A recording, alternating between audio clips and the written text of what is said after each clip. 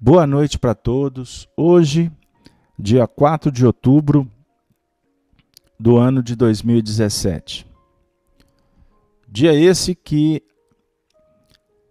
os cristãos comemoram o nascimento do Povo-Orelho de Assis, Francisco. O apóstolo do Senhor que veio no momento complexo da humanidade para auxiliar os homens a relembrar do Evangelho na sua essência. Para nós espíritas também é um dia especial, porque estamos na semana da comemoração do nascimento de um outro apóstolo do bem, Allan Kardec. Aquele que no século XIX teve a missão de ser o escudeiro da verdade. No dizer de Emmanuel, o apóstolo mais lúcido de Jesus. Aquele que foi fiel e verdadeiro, que teve a missão de codificar a doutrina espírita. Portanto, nestas vibrações de muita alegria, de festividade, nós iniciamos, portanto, os estudos da noite. Estudos que nas quartas-feiras são dedicados a estudarmos as cartas de Paulo de Tarso, o convertido de Damasco, aquele que se tornou campeão na divulgação do Evangelho do Senhor. E hoje, com muito carinho, nós vamos trabalhar o tema: a esperança está no que se vê ou no que não se vê? E eu gostaria de convidá-los, portanto, para que juntos possamos abrir, portanto, a carta de Paulo aos Romanos, no seu capítulo 8º, aonde hoje, pela prospecção, pelo projeto, pelo que foi definido para trabalharmos nesse nosso encontro, que é o encontro de número 54, eu vou fazer uma leitura breve dos versículos 18 em diante. Para aqueles que estão nos acompanhando em casa, eu vou colocar no vídeo. Então vamos lá. Versículo 18, que desse capítulo inicia com o tópico As primícias do Espírito, esperança, intercessão e eleição. Então hoje vamos nos primeiros movimentos trabalhar a esperança. Versículo 18, diz assim Paulo: porque para mim tenho por certo que as aflições deste tempo presente não são para comparar com a glória que em nós há de ser revelada. Porque a ardente expectação da criatura espera a manifestação dos filhos de Deus. Porque a criação ficou sujeita à vaidade, não por sua vontade, mas por causa do que a sujeitou, na esperança de que também a mesma criatura será libertada da servidão da corrupção, para a liberdade da glória dos filhos de Deus.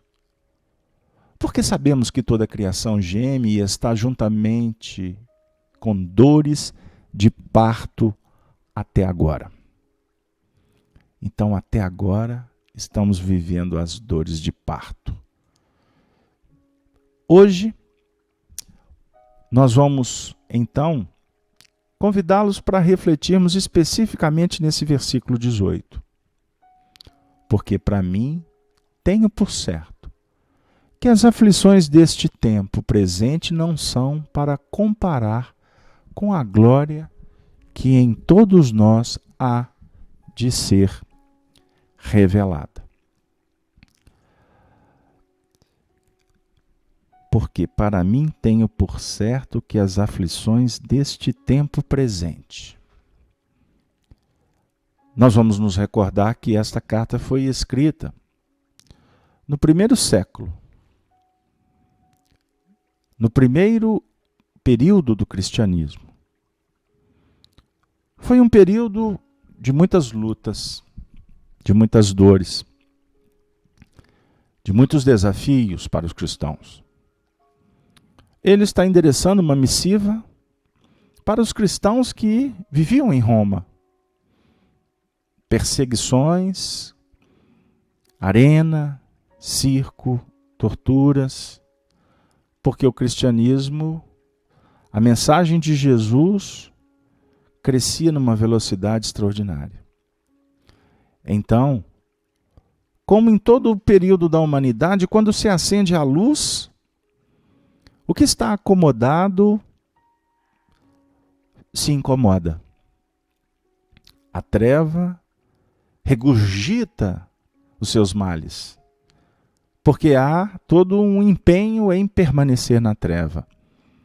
Esta é a manifestação da ignorância, do primitivismo. É assim que o psiquismo reage quando está, portanto, envolvido nas teias que o satisfaz. O princípio da evolução nos inspira a sair sempre desta zona que define uma faixa na qual operamos, na qual vamos adquirindo assim autoridade, vamos colocar nesta projeção. Então ninguém quer perder a autoridade. Ninguém quer, vamos dizer assim, perder o status quo. Quando vige o egoísmo, quando prepondera o orgulho. Por isso que nós não evoluímos com o que vem de baixo, ensina Jesus. Nós vamos evoluir com os parâmetros que vêm do alto. O futuro. O que Jesus propõe. Eu sou a luz do mundo. Aqueles que me seguem não andarão em trevas, mas terão a luz da vida. Nós vamos trabalhar com os padrões que estão, vamos dizer assim, nos apresentando por revelação divina, misericórdia. Mas temos que trabalhar na faixa na qual nós adquirimos uma autoridade, vamos dizer assim, dentro desse contexto das experiências, do que consolidou, da bagagem. A desautorização do alto se dá por convite, que brota pelas vias da intuição, da revelação. E que vão mexer efetivamente com o que nós temos dentro da gente. Não é fácil, mas é o desafio para o aprimoramento. Abrir mão do que já está, vamos dizer assim, do que já está configurado, para buscar o que ainda é virtual. Ensina os benfeitores espirituais, por exemplo, Emmanuel, ele aborda esse assunto em várias das suas obras, que precisamos estudar a lei da desvinculação. Precisamos entender sobre a lei da vinculação. Então, para desvincular, tem que se vincular. E o vínculo aqui é a proposta do Paulo para os cristãos para o cristianismo. Ou seja, para a proposta que Jesus nos oferece. Aquele tempo era um tempo de aflição. A comunidade temia. Estavam estudando, descobrindo. Mas os tempos passaram e as aflições permanecem. Porque é óbvio que aqueles que viveram essas dificuldades lá atrás e venceram, se tornam os educadores que vão auxiliar aqueles que estão, vamos dizer assim, na posição anterior da fila. A fila anda, a gente afirma. Então, os que já consolidaram, já aprenderam, são convidados para voltar para ensinar. São os apóstolos, são os benfeitores do Senhor. São aqueles que se candidatam para trabalhar em nível de misericórdia. Por isso é que Jesus disse, bem-aventurados são os misericordiosos, porque alcançarão misericórdia. Você acende a firma de Jean-Jacques Rousseau para Allan Kardec na Revista Espírita, que quando se acende um patamar superior, o espírito retorna para a posição anterior para auxiliar aqueles que ficaram, que ainda não acessaram o que existe de belo, de virtuoso, o que é perfeito. Então, ascender uma região superior do conhecimento ou da experiência espiritual não significa que o indivíduo vai voltar para a retaguarda para acusar, para combater, para criar revoluções, nada disso. Ele desce operando no silêncio, na bondade, na educação, na nobreza, nos exemplos, respeitando aqueles que se encontram na retaguarda. É da lei. Embora tenhamos muitas dificuldades. Por isso que filosofamos, por isso que discutimos, e nem sempre estamos dispostos a ouvir o outro lado. Nem sempre estamos nos predispondo para trabalhar com sutileza com o outro lado da moeda. Porque geralmente quando se conquista, quando se adquire um determinado entendimento, nos julgamos doutores. E aí vamos arbitrar. Aí vamos sair como julgadores, como inquisitores. E a gente não está percebendo muitas vezes que não é bem assim o processo da evolução. O que vale não são conquistas intelectivas, mas acima de tudo é a capacidade de aplicar um conteúdo, seja ele qual for, no que remonta a conteúdos superiores, na aquisição de valores nobres. Quando eu vou colocá-los em prática, por exemplo, numa conversa, sendo cortês, educado, paciente, nobre, diferentemente do que sair por aí batendo, acusando, usando palavras chulas, sendo áspero. O que vale o conteúdo maior se eu não me preocupo em primeiro adocicar o meu coração? É um convite para a gente refletir. Então Paulo manda este convite para aqueles companheiros daquele período e para o nosso coração que vive aflições no tempo presente.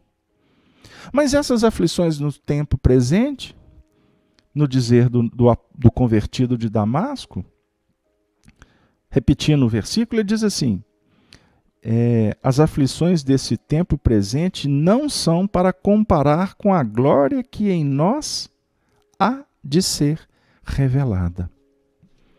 Então as aflições não são nada perto da glória do que, eu vou repetir, com a glória que em nós, ou seja, dentro do nosso coração, há de ser revelada. O que o Paulo pode propor aqui para nós com essa expressão? O que em nós, ou seja, no nosso coração há de ser revelado. O que nós sonhamos? O que nós ansiamos em nível de aquisições? Nós não estamos aqui, obviamente, falando de coisa material. Porque o estudo é um estudo espiritista cristão. É um estudo do Evangelho, à luz do Espiritismo. Então nós estamos tratando aqui dos assuntos do Espírito. Então qual que é o nosso anseio verdadeiro? O que você espera? Então se nós formos, por exemplo, falar de uma maneira geral em felicidade, nós, em doutrina espírita, costumamos a perguntar, é possível ser feliz? Nesses tempos de aflição, é possível ser feliz na Terra? Eu particularmente faço essa pergunta diariamente. E doutrinariamente a gente tem algumas respostas bem definidas, mas a gente propõe sempre, e é assim que a inspiração vem dos nossos mentores espirituais, é que a gente traduza o que a doutrina propõe para nós em mecanismos vivenciais, em propostas que possam nos trazer bem-estar. Porque não adianta eu ler. Não adianta eu ler. Aliás, nós somos de uma escola de educadores espíritas que nos ensinaram que espiritismo você não aprende no que está na letra. O espiritismo essencial você aprende no que está atrás da letra. Nós precisamos aprender a tirar espírito da letra. Nós temos perpassado alguns diálogos com irmãos espíritas e eu tenho, com todos eles, dito a mesma coisa. Até pautado no que Allan Kardec propõe para os espíritas. Na conclusão do Livro dos Espíritos, sobre a importância de se debater a doutrina, mas com os princípios fraternos que unifiquem os corações e não que criem dissidências. Se vocês quiserem conhecer o texto, basta vocês trabalharem a conclusão do Livro dos Espíritos. Eu não vou ficar fazendo citações, porque senão o tempo passa e a gente vai ficar aqui como doutrinadores. Cita aqui, põe ali, põe o texto aqui e a gente fica no literal. Cuidado, espíritas, amigos, para não morrer na letra. Na letra. Porque a letra propõe, mas o espírito que edifica. As interpretações podem ser muitas. E o que a gente faz aqui no estudo do Evangelho, a não ser propor? Aqui não tem ideia fechada. Jamais. Aliás, é assim que moureja os benfeitores espirituais. Eles traçam um roteiro, mas propõem que nós apliquemos na nossa vida. Porque senão a doutrina não tem sentido. Costuma ser apenas encontros moralistas, ou que propõem moralismo. E muitas vezes na prática isso se torna discursos enfadonhos, chatos e pouco produtivos. Mas o que nós almejamos? Então, nós elencamos, por exemplo, a felicidade. Aí a gente busca aqui no Livro dos Espíritos, na questão 920, para quem gosta de anotar, a questão 920, Kardec questiona assim os espíritos. O homem pode gozar de completa felicidade na Terra? Observemos que estamos vivendo tempos de aflições. Qual o período da nossa vida que não tivemos aflições? Mas, obviamente, que existem aqueles ciclos que são mais intensos as aflições. Mas, em todo período, há um instante do agir e do apassivar. Há o momento da meditação, o momento do esforço. Mas os ciclos se caracterizam, são bem específicos.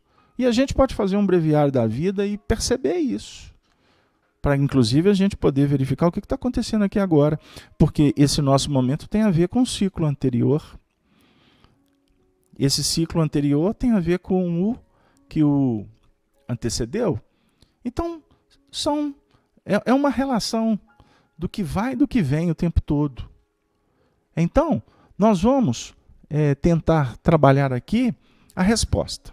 Vamos lá. Pode o homem gozar completa felicidade na Terra?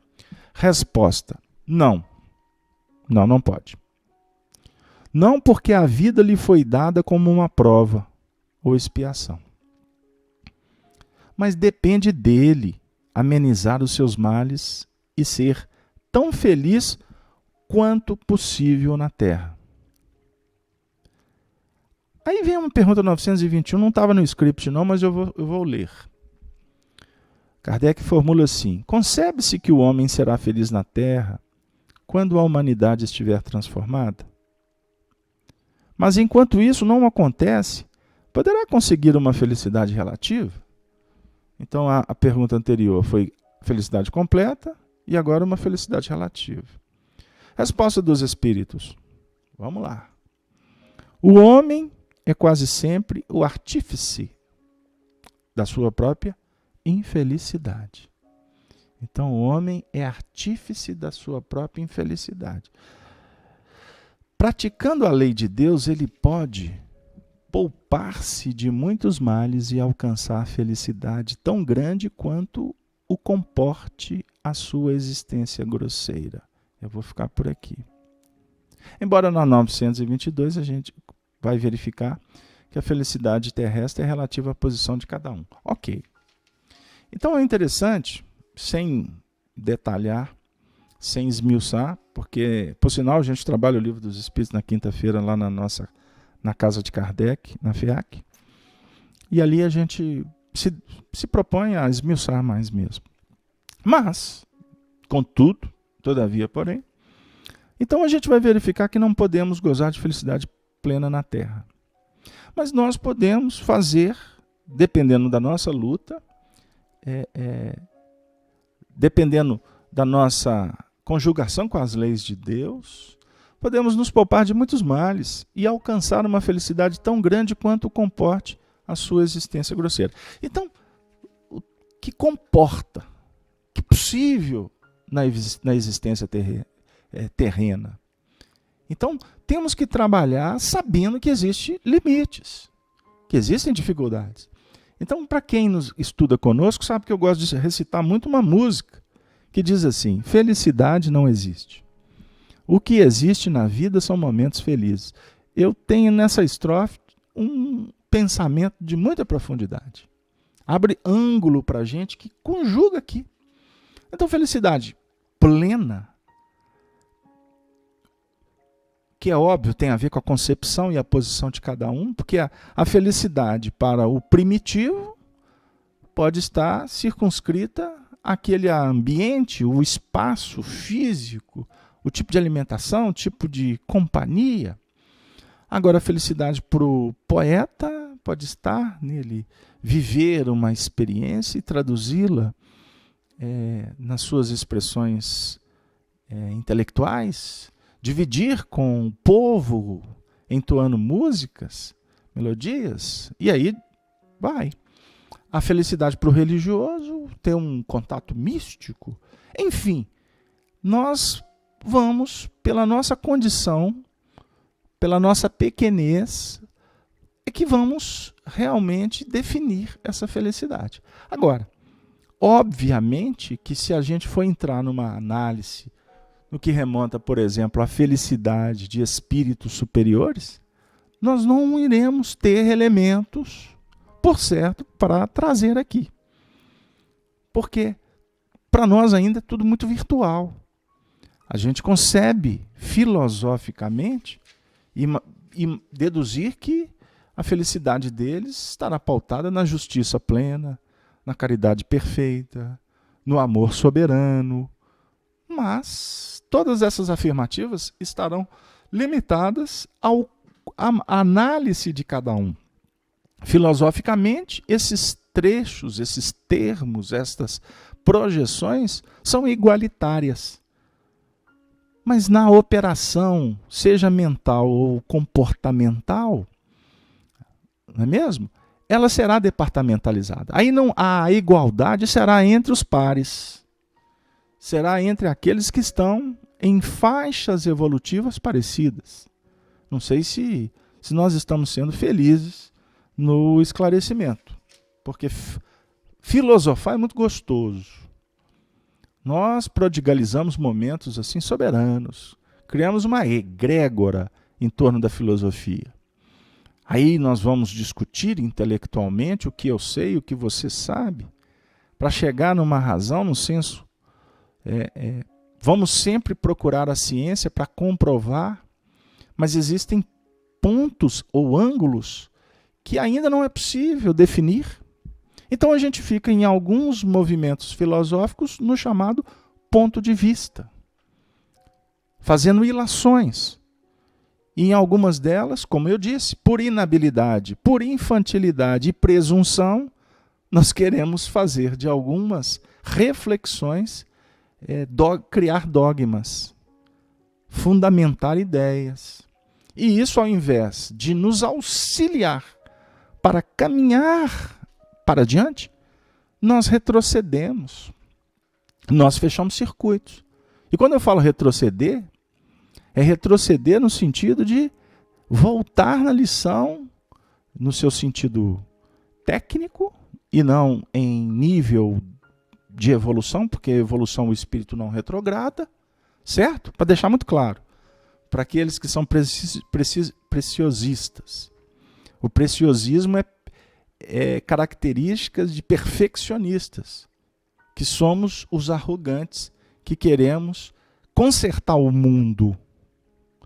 Queremos fazer com que o outro enxergue como eu quero, como se eu tivesse autoridade para sobrepujar a ideia do outro, para invadir a intimidade do outro. Isso é pura insanidade. Isso é loucura.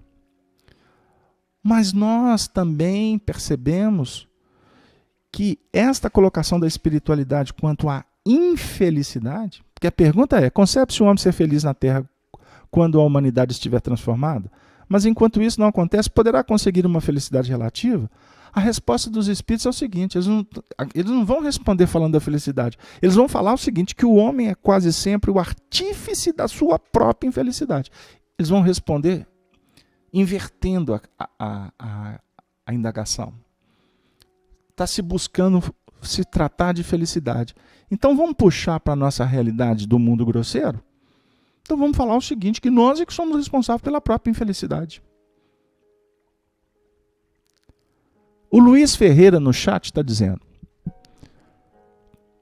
o Espiritismo, caridade e amor pelos encarnados e desencarnados. Isso é o que o Espiritismo de Allan Kardec e de Cristo propõe. Eu vou completar a frase para ele. Aproveitando, o Sérgio Costa está dizendo: adoro ouvir o estimado Divaldo Pereira Franco. A Alice está dizendo: Sérgio, tem muitas palestras na Rede Amigo Espírita. O Wagner está dando uma dica aqui, que Jesus não foi espírita. A Mary Santos está dizendo, está apoiando, e o debate está assim, a todo vapor no chat. Muito obrigado a participação de todos. Sim, Wagner, Jesus não foi espírita. Jesus propõe para nós seguirmos o caminho da verdade. A verdade que está baseada nas leis e nos profetas. Não é verdade? Para fazer uma brincadeira com você. Porque Jesus veio dar vida ao que já tinha sido apresentado pelos profetas que vieram em nome dele. A evolução, ela está toda sintetizada no Antigo e no Novo Testamento. Qual que é o papel do Espiritismo? O papel do Espiritismo, como Jesus fez a previsão, seria o caminhar da humanidade dentro dos princípios da evolução, dentro dos códigos que foram interpretados ao longo do tempo por aqueles que vieram para auxiliar na evolução planetária, até que se atingisse um ponto em que na história, a partir de 1857, o cristianismo foi, vamos dizer assim, o cristianismo foi impulsionado no seu sentido dele transcender no tempo e no espaço, com uma configuração filosófica. E o que é extraordinário, pelo mecanismo científico dele. Ou seja, nós estamos num tempo que precisamos de cientificar, para que haja certificação do que é para nós já conhecido, mas até então não inteligível. Não está claro o mecanismo da pluralidade dos mundos habitados, no seu sentido operacional para nós. Não está ainda, vamos dizer assim, não temos autoridade quanto humanidade a tratarmos do assunto da mediunidade. Não temos ainda soberania no assunto reencarnação. Nós estamos dando passos muito tímidos quanto humanidade. Mas o Espiritismo foi codificado como doutrina para que esta mensagem se tornasse cada vez mais inteligível, mais compreensível. E ela não veio para que as pessoas se tornem espíritas, Wagner. Essa questão é muito importante a gente refletir, porque até para deixar um pouco, tentar clarificar mais um pouco, a doutrina espírita não tem nenhuma pretensão de ser a religião do futuro. Mas os amigos do mundo espiritual preveem que o espiritismo vai ser a alma das religiões. O que está acontecendo no mundo? Gradativamente a mensagem espírita está sendo assimilada pela maturidade dos próprios espíritos que estão reencarnando. Querendo ou não, é a pura verdade. Hoje, os espíritos que reencarnam têm muito mais lucidez para discutir, para assimilar os princípios da reencarnação com uma lógica irretorquível. A mediunidade, a interferência dos espíritos em nossas vidas.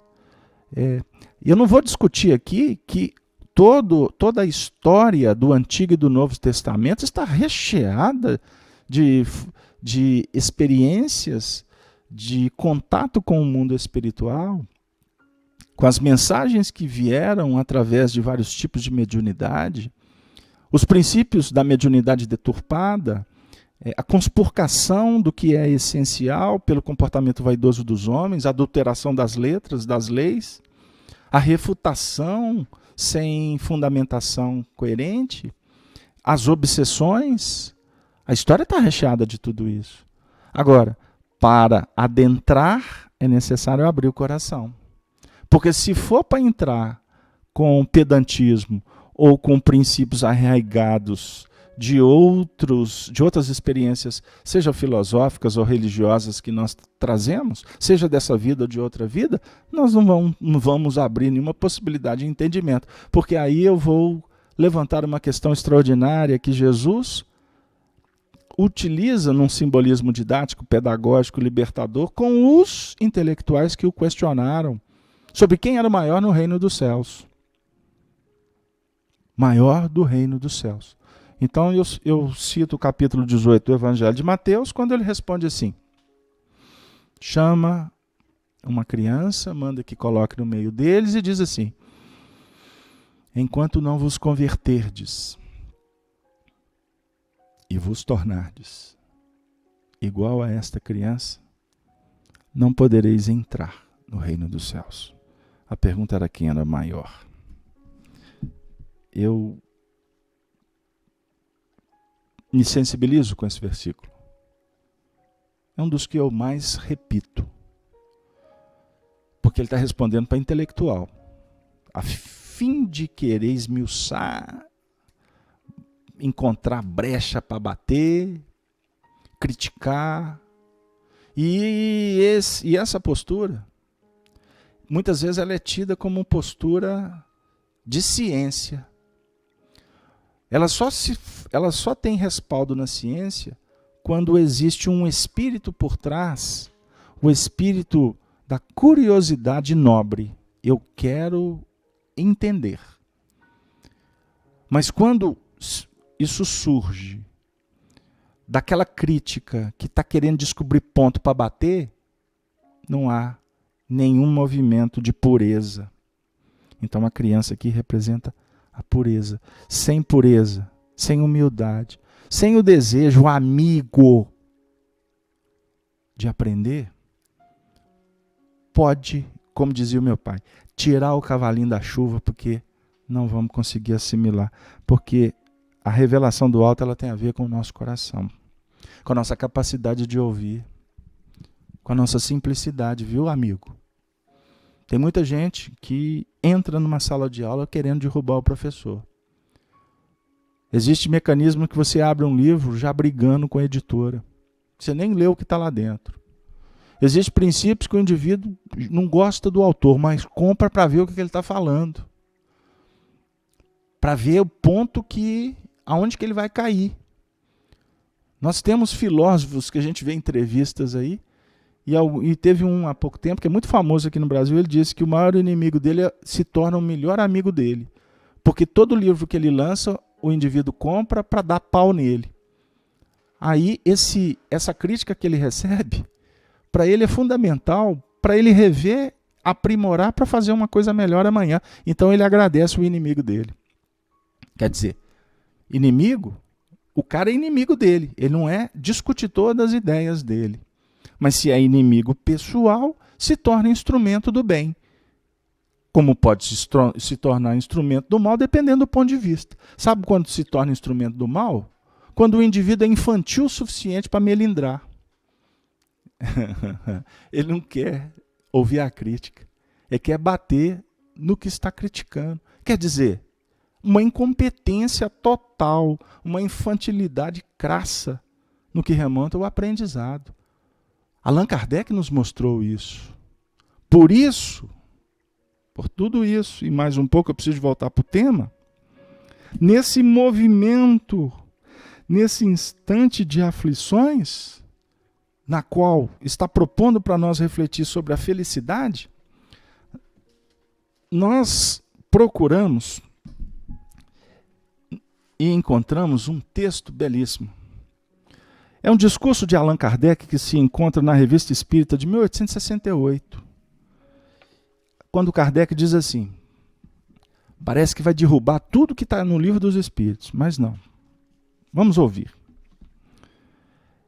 Ele está falando sobre a caridade, dos momentos complexos. Aí ele diz assim, no final do discurso dele, é uma palestra longa, ele diz assim, o Espiritismo dá aos homens tudo o que é preciso para a felicidade aqui na Terra. O Espiritismo dá aos homens tudo. Tudo, tudo, tudo. O que é preciso para a felicidade aqui na Terra. Por quê? Ouvimos o Mestre. Porque lhes ensina a se contentarem com o que têm. Que os espíritas sejam, pois, os primeiros a aproveitar os benefícios que ele traz e que inaugurem entre si o reino da harmonia, que resplenderá nas gerações futuras. Vocês concordam comigo nessa análise que eu vou fazer? Se não, por favor, mandem e-mails e vamos conversar. Porque nem sempre dá para resolver aqui no chat, não é mesmo? O Espiritismo dá aos homens tudo o que é preciso para a felicidade aqui na Terra. Mas aqui, no Livro dos Espíritos está falando que não é possível ser feliz. Bom, dentro daquele contexto, não é possível. Porque vivemos num mundo grosseiro. O mundo é um mundo primitivo ainda. Então não é possível ser feliz. Porém, quando Kardec volta, pergunta lá atrás, falando, mas quando tiver tudo harmonizado, a humanidade, será possível ser feliz plenamente? Aos espíritos. A infelicidade depende, é responsabilidade de cada um de nós. E aqui o Kardec vai dizer que o Espiritismo dá tudo que um homem precisa para a felicidade aqui na Terra. Para que a gente aprenda a contentar. Contentar com o que tem. Contentar com o que tem. No Livro dos Espíritos, é um texto que eu tenho também citado bastante. Está na conclusão do Livro dos Espíritos, no item 4. É uma mensagem de Paulo de Tarso, que ele diz assim, o progresso da humanidade tem seu princípio na aplicação da lei de justiça, de amor e caridade. Essa lei é fundada na certeza do futuro. Então, ou seja, o Espiritismo dá uma chave. Uma chave para a gente entender que se não aplicar a lei de justiça, o amor, a caridade, não haverá progresso. Isso não nos enseja esperança num futuro melhor. E um dos princípios fundamentais da doutrina espírita é revelar para nós a vida futura. Porque sem um entendimento na vida futura, para que tu vai mudar? Por que você vai ser justo? Nesse país nosso que as leis favorecem muito mais os infratores. Aonde o judiciário muitas vezes permite que a baderna campeie em nome de doutrinas, de pontos que trazem um desconforto para a população quase toda. E tem aqueles que defendem a justiça, que se apoiam, então, numa legalidade que muitas vezes ela se torna imoralidade. É o estado que nós vivemos. Não é verdade? Impunidade. Uma série de questões que envolvem o plano social, econômico, político do nosso país. Então nós perguntamos assim, o crime compensa ou o crime não compensa? Dentro de uma análise transitória, tem pessoas que chegam na condição de dizer que o crime compensa. O negócio é saber fazer e ter um bom advogado. Pode ter essa discussão? Agora, o que nós estamos estudando aqui com relação às penas futuras? Penas e gozos futuros. Estudemos o Livro dos Espíritos. Então, é necessário que a gente tenha a humildade de reconhecer uma coisa, independente da doutrina que a gente professa, seja espírita, seja católica, seja evangélica, porque todos nós somos irmãos, todos nós somos cristãos. Quem não é irmão do outro cristão, ele não é cristão. Ele está defendendo o ponto de vista dele, porque o evangelho, em momento algum, é um evangelho para católico, ou para evangélico, ou para espírita. O evangelho é para a humanidade. O evangelho propõe a renovação social, o progresso do planeta. Portanto, Jesus, isso é muito claro. Isso é muito claro em doutrina espírita, é muito claro no evangelho, mas aí no evangelho pode dar dupla interpretação de repente, de acordo com o entendimento. Mas a doutrina é clara, a doutrina espírita é clara. Não existe doutrina nenhuma no mundo que substitua a proposta do evangelho. Nenhuma. Porque Jesus é o tipo mais perfeito que Deus ofereceu para a humanidade. Jesus representa o amor operacionalizado, a entrega, e o tanto que ela é importante. Porque ela traz paz, felicidade. É lamentável você se deparar com pessoas intelectualizadas, e algumas delas a gente tem visto ultimamente que conhecem profundamente o espiritismo. Eu vi um vídeo de um companheiro que tem seguidores assim ao extremo, e que se diz que foi espírita, mas que hoje ele discorda completamente do espiritismo. É o direito do companheiro. Nós vivemos num mundo, o país é um país da liberdade, é princípio democrático. Mas a gente ouve algumas expressões, algumas falas que caracterizam posturas de um indivíduo que nunca foi cristão. Ele pode até ter sido espírita, mas foi um espírita periférico de superficialidade, porque de cristianismo não tem nada. Porque discordar não significa desrespeitar.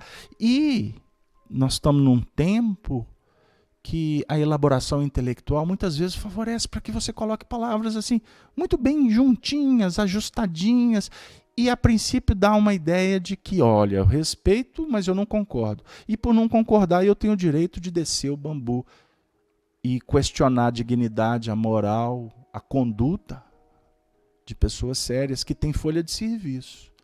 Então, Allan Kardec, inclusive, nos alerta para os falsos espíritas. Está no livro aqui, O que é o Espiritismo, ou Principiante Espírita. Nós vamos ver todo tipo de espírita. Todos os movimentos que acontecem na intimidade do próprio espírita, que começou neófito e que hoje pode estar consolidado com uma vasta folha de serviço. Nós temos estágios da curiosidade, do deslumbramento. Mas aqueles que se movimentam intolerantemente para atacar estão assinando um termo de muita responsabilidade. Termo de muita responsabilidade. Porque aonde há desrespeito não há nenhum princípio espiritual por trás. Porque doutrina nenhuma desse mundo autoriza no seu sentido essencial, porque a doutrina quando é do céu, ela não diz como o indivíduo tem que fazer. Os espíritos superiores inspiram para que a gente possa caminhar dentro dos princípios éticos, mas a escolha é pessoal, é individual. Então, se há desrespeito, se há desconsideração, não há espiritualidade. Aliás, foi assim que Emmanuel, foi essa expressão utilizada pelo Emmanuel, um benfeitor de uma folha de serviço inegável, um evangelizador desse país. E por isso, a obra é tão gigante que é natural que tenham os ataques. Emmanuel define para nós que nesse momento de muitas aflições nós estamos precisando muito mais de espiritualidade. Nós precisamos de muito mais de união. Nós precisamos muito mais de entendimento, de amizade, de respeito. Inclusive, de aprender com maturidade a conviver com as diferenças. Isso é saudável, haver diferença. O que seria do amarelo se não fosse o vermelho? O que seria do vermelho se não fosse o azul? O que seria do preto se não fosse o branco? Do branco se fosse o preto? A luz, ela se decompõe no prisma. Ela se apresenta, por exemplo, no arco-íris para mostrar o símbolo da universalidade. Aliás, os princípios que regem a evolução são princípios da dualidade. Não é? Macho, fêmea, noite, dia, magnetismo, eletricidade. Não é? O ativo, o passivo. Deus, César. Complica quando é Deus, Mamon. Aí complica. Mas faz parte da engrenagem. Luz, treva. O que seria da luz se não fosse a treva? Tem religioso tradicional que quer acabar com a treva. Não é assim. Então a pergunta está, a esperança está, aliás, a pergunta se refere, o tema, a esperança está no que se vê ou no que não se vê. O Espiritismo nos dá uma chave, porque ele nos mostra a importância de compreender a vida,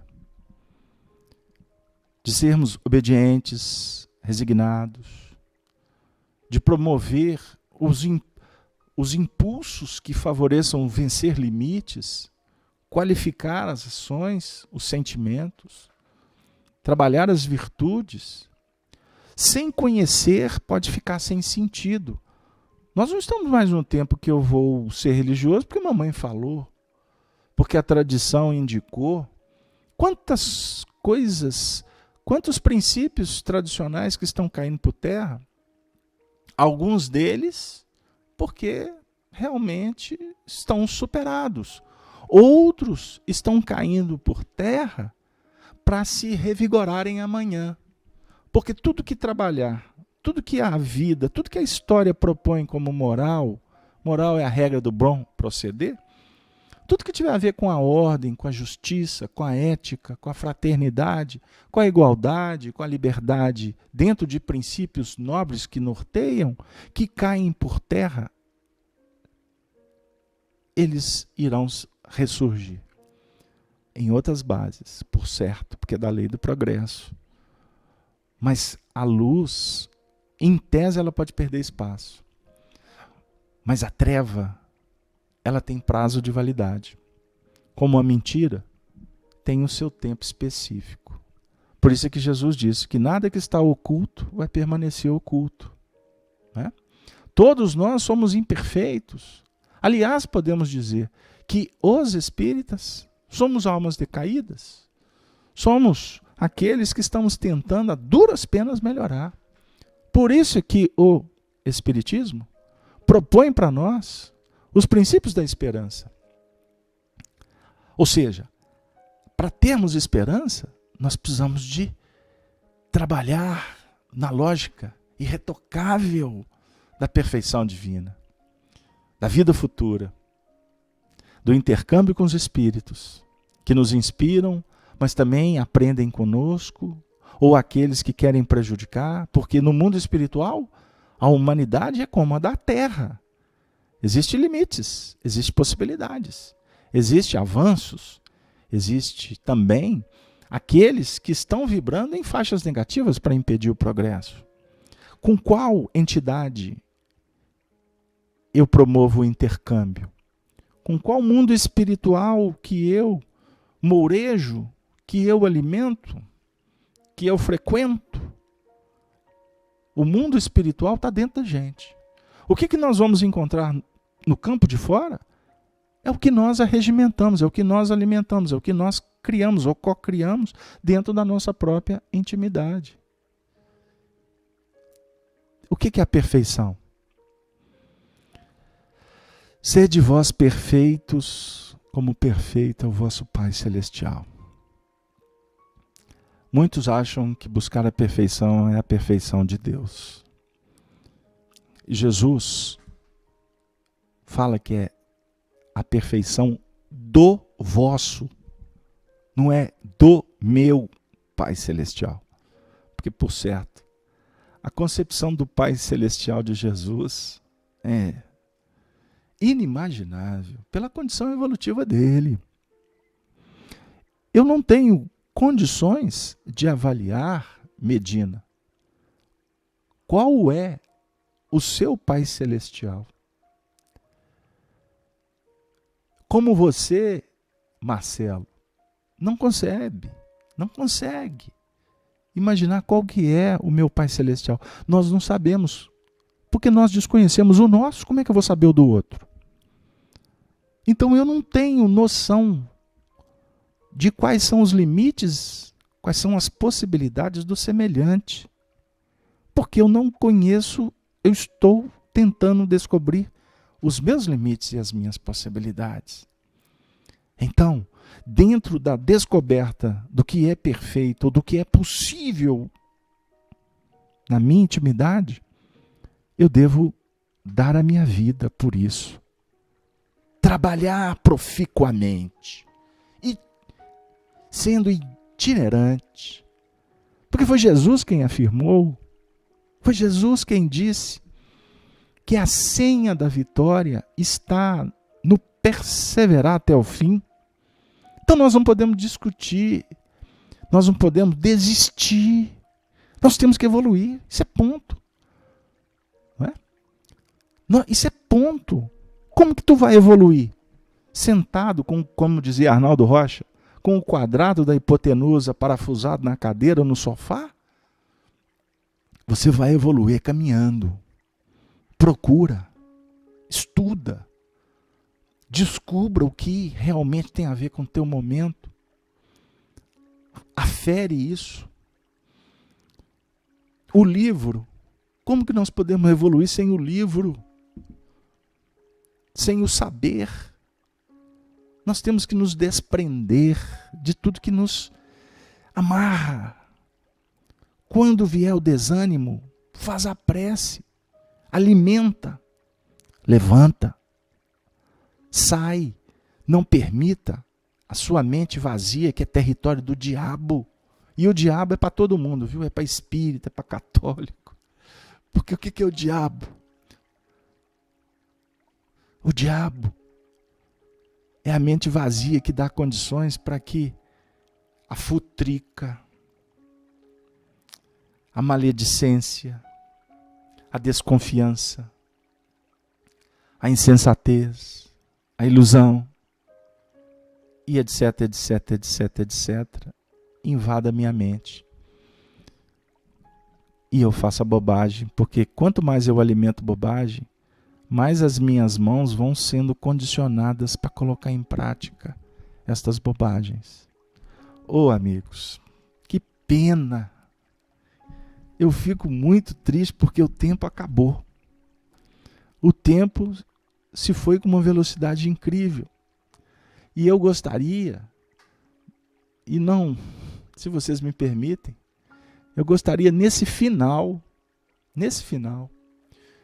Cleusa, eu peço que você coloque no chat para nós, que vocês acessem o blog chico-xavier.com. Numa postagem que eu fiz hoje, com o título Allan Kardec e o Espírito Precursor. Porque eu gostaria, e não foi possível por conta dessas reflexões, falar um pouquinho do nosso codificador, que deu a vida para nos oferecer esperança. Esperança no mundo melhor. E os espíritos apresentaram para ele o papel extraordinário que estava na mão dele. E no início da postagem, nós colocamos um trecho do livro Obras Póstumas, no texto conhecido como Minha Missão, quando um espírito, sem a presença de Allan Kardec, numa sessão, ele fala sobre a missão dele, dizendo: pela sua firmeza e perseverança, aliás, eu vou pular esse ponto que está no início, ele fala assim, sobre a missão. Ela porém, é perigosa e para cumpri-la são necessárias uma fé e uma vontade inabalável. assim como abnegação e coragem para afrontar injúrias, os sarcasmos, as decepções, e não se alterar com a lama que a inveja e a calúnia atirem. Nessa posição, o menos que pode acontecer a quem a ocupa é ser tratado de louco e de charlatão. Deixai que falem, deixai que pensem livremente. Tudo, exceto a felicidade eterna, dura pouco. Repito, tudo, exceto a felicidade eterna, dura pouco. Tudo vos será levado em conta e ficais sabendo que, para ser feliz, é preciso que haja contribuído para a felicidade dos pobres, seres de que Deus povoou a vossa terra. Permaneça, pois, tranquila e serena a vossa consciência. É, Sr. Allan Kardec, o precursor da felicidade celeste. Então, Allan Kardec ouviu dos espíritos que ele era o precursor da felicidade celeste. E mais à frente, nessa mesma postagem, eu coloquei também um texto de Humberto de Campos, quando ele narra que após o lançamento do Evangelho segundo o Espiritismo, após a desencarnação, aliás, de Allan Kardec, eu vou sintetizar, Allan Kardec chega no mundo espiritual e vai ouvir esta expressão que veio do alto, dizendo assim: Kardec, regozija-te com a tua obra. A luz que acendestes com os teus sacrifícios na estrada escura das descrenças humanas, vem felicitar-te nos pórticos misteriosos da imortalidade. O mel suave da esperança e da fé que derramastes nos corações dos sofredores da terra, reconduzindo-os para a confiança na minha misericórdia, hoje se entorna em tua própria alma, fortificando-te para a claridade maravilhosa do futuro. No céu estão guardados todos os prantos que chorastes e todos os sacrifícios que empreendestes. Alegra-te no Senhor, pois teus labores não ficarão perdidos. Tua palavra será uma bênção para os infelizes e desafortunados do mundo, e ao influxo de tuas obras, a terra conhecerá o Evangelho no seu novo dia. Acrescenta-se então que grandes legiões de espíritos eleitos entoaram na imensidade um hino de hosanas ao homem que organizara as primícias do Consolador para o planeta terreno e que, escoltado pelas multidões de seres agradecidos e felizes, foi o mestre lionês, em demanda das esferas luminosas, receber a nova palavra de Jesus. E o espírito de Humberto de Campos encerrou essa crônica, que está no livro Crônicas de Além Túmulo, e encerrará o nosso encontro dizendo: Kardec, eu não te conheci e nem te poderia entender na minha condição de homem perverso da terra. Mas recebe, no dia em que o mundo lembra, comovido, a tua presença entre os homens, o preito da minha amizade e da minha admiração. O mel que os espíritos falam para Allan Kardec faz uma referência ao mesmo mel que foi utilizado pelo precursor do cristianismo nos tempos de Jesus. Elias que há de vir. Elias veio e os homens não compreenderam que Elias foi João Batista. Que este momento seja um momento de um preito, de gratidão, de carinho, de amor e quem sabe de fidelidade a este homem, ao que ele representa. Ele veio ao mundo para nos ofertar este baú de um valor incomensurável.